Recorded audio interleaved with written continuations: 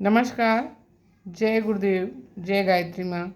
पंडित श्री राम शर्मा आचार्य वांग में 32 रामायण की प्रगतिशील प्रेरणाओं में संदर्भ चल रहा था मन और बुद्धि परिष्कार। मन और बुद्धि का परिष्कार। आज हम पृष्ठ क्रमांक 2.43 से प्रारंभ करेंगे। क्रोध इसी प्रकार विवेक को नष्ट करके मनुष्य का उपहास करा देता है। लालच तृष्णा में पड़कर कष्ट पाने का उदाहरण भगवान ने स्वयं स्वर्ण मृग के प्रसंग में सबके शिक्षण के लिए रखा है। इसी प्रसंग में संस्कृत सुभाषित में इस प्रकार भी कहा गया है, पहले किसी ने न सोने का हिरण देखा न सुना, तो भी तृष्णा के वशीभूत होकर विनाश काले विपरीत बुद्धि का उदाहरण बनकर राम तृष्णा में भटके और कुछ पाने के स्थान पर अपनी पत्नी को भी खो बैठे। नीतो के नापि न दृष्टपूर्वो न श्रूयते है मय कुरंगः तथापि तृष्णा रघुनंदनस्य विनाश काले विपरीत बुद्धि। राम जिस मारीची मृग को मारने जाते हैं वह साधारण हिरण नहीं वरन स्वर्ण मृग मारीच का है। पैसे के लोभ में आदमी पागल हो जाता है। अधिक संग्रह करके बड़ा आदमी बनने की, अधिक उपभोग करने की ललक उसे जीवनोद्देश्य की पूर्ति के लिए सत्कर्म करने का अवसर ही नहीं देती, जबकि मनुष्य निर्वाह के लिए थोड़ा सा उपार्जन करके ही अपना काम चला सकता है और शेष समय परमार्थ प्रयोजन में लगाकर सुर दुर्लभ मानव जीवन को सार्थक बना सकता है। श्री राम वन में लक्ष्मण से अपनी भूल को स्वीकार करते हुए स्वयं पर व्यंग्य करते हैं। वे कहते हैं कि साधारण हिरण जब मुझसे भयभीत होकर भागते हैं तो उनकी हिरनी समझाती हैं कि तुम्हें डरने की आवश्यकता नहीं। राम तो सोने के हिरण को मारने के लिए तलाश करते फिरते हैं। हम ही देखी मृग निकर पराही, मृग ही कहीं तुम कह भय नाही, तुम आनंद करहु मृग जाए, कंचन मृग खोजन आए। मोह बुद्धि मनुष्य से ऐसे ही मूर्खतापूर्ण कार्य करा डालती है। मोहग्रस्त मनुष्य के हृदय में ज्ञान वैराग की स्थिति रह नहीं पाती। जिसके हृदय में ज्ञान वैराग होता है उसे ऐसा मोह नहीं होता। सुनि मुनि मोह होई मन ताके, ज्ञान विराग हृदय नहीं जाके। अज्ञान, अविवेक और एवं दुर्बुद्धि का परिणाम सब प्रकार की विपत्तियां ही होती हैं। उन्हीं के कारण अनेक प्रकार के विग्रह और संकट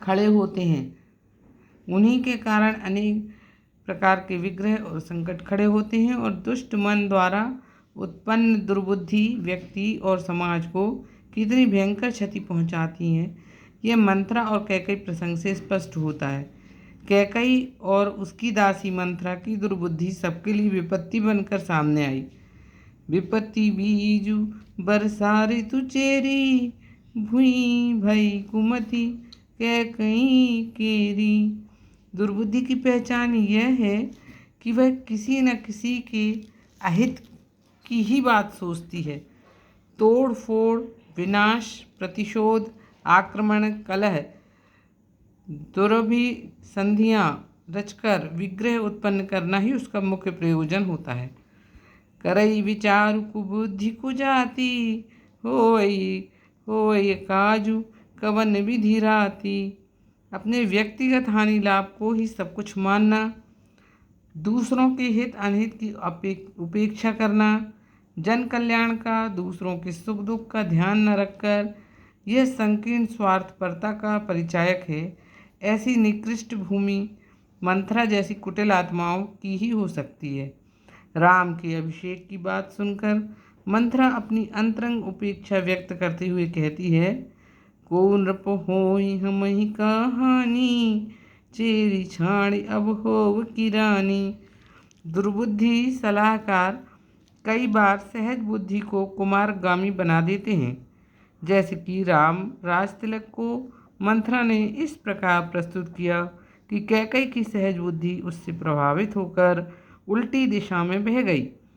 राम ही तिलक काली जय भयऊ, तुम कहूँ विपति बीज विधि बयऊ। जिसकी बुद्धि भ्रष्ट हो जाती है वह किसी की अच्छी बात भी नहीं सुनता। रावण की भी ऐसी अवस्था हो गई थी। सुन सुत भयऊ काल बस रावण, सो की मान अब परम सिखावन। इसीलिए मानसकार का मत है कि किसको दारुण दुख मिलने वाला है, इसकी पहचान यह है कि उसकी बुद्धि विवेक चली जाती है। दुर्बुद्धि को दुख दैन्य की पूर्व भूमिका बताया जाता है। जाको हरि दारुण दुख देही, ताकि मति पहिले हरि लेही। कुछ और भी दोष दुर्गुण ऐसे हैं जो देखने में तो छोटे लगते हैं पर हानिकारक वे भी कम नहीं होते, जैसे हठवादिता, असंतोष, असहिष्णुता, सामाजिक कर्तव्यों की उपेक्षा आदि। इन दुष्प्रवृत्तियों को हटाने और उनके स्थान पर सत्प्रवृत्तियाँ स्थापित करने की रामायण में चर्चा है। हठ या दुराग्रहवश किसी बात पर अड़ जाना और अपनी बात को प्रतिष्ठा का प्रश्न बना लेना मनुष्य का बड़ा दुर्गुण है।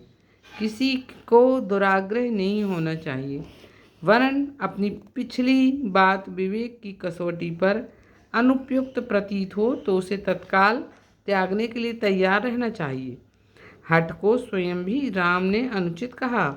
सीता जी रामचंद्र जी के साथ वन में चलने को आग्रह करने लगीं। माता की इच्छा देखकर श्री राम ने उन्हें अयोध्या में रुकने की सलाह दी और कहा, कहाँ हूँ सुभाय सपंथ सतमोही, सुमुखी मातु हित राखों तोहि। गुरु श्रुति सम्मत धर्म फल, पाई बिनहि कलेश। हट बस सब संकट सहे, गालब नहुष नरेश। और उन्होंने सावधान करते हुए कहा, जो हट करहु प्रेम बस वामा, तो तुम दुख पावो परिणामा। मन की अमर्यादित कामनाओं के कारण ही सुख संतोष से वंचित रहता है।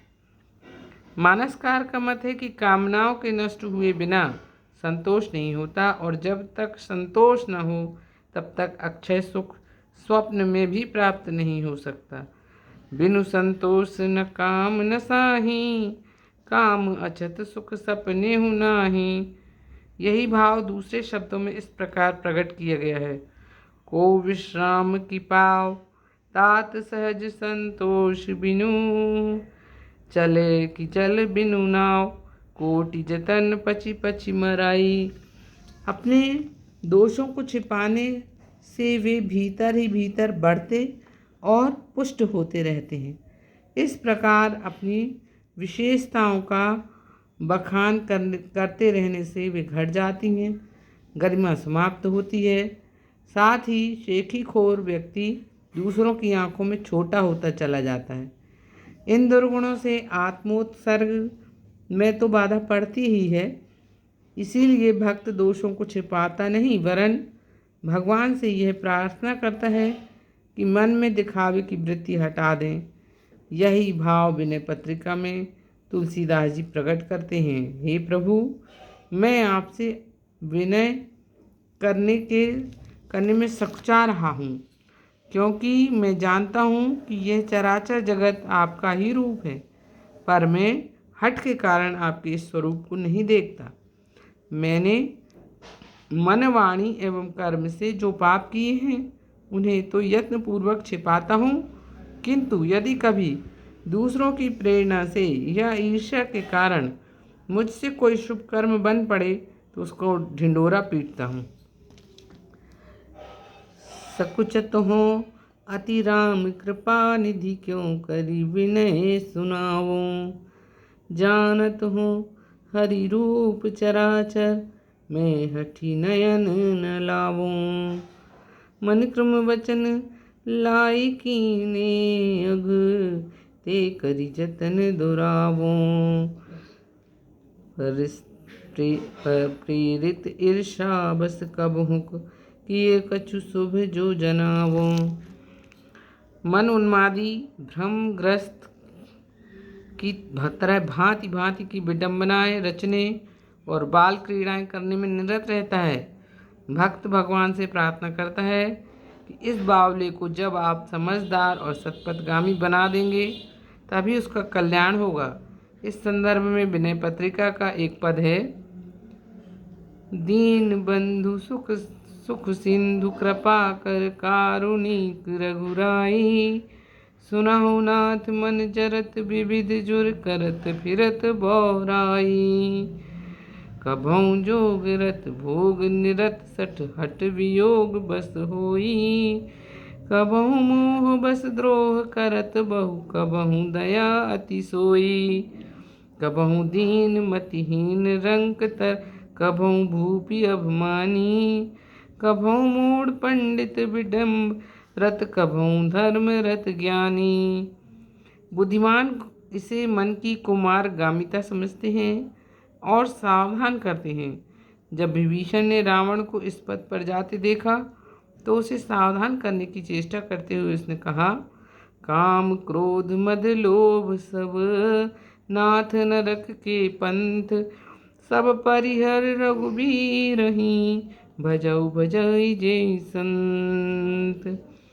नमस्कार, आज के लिए इतना ही। कल पुनः अगले क्रम में उपस्थित होंगे।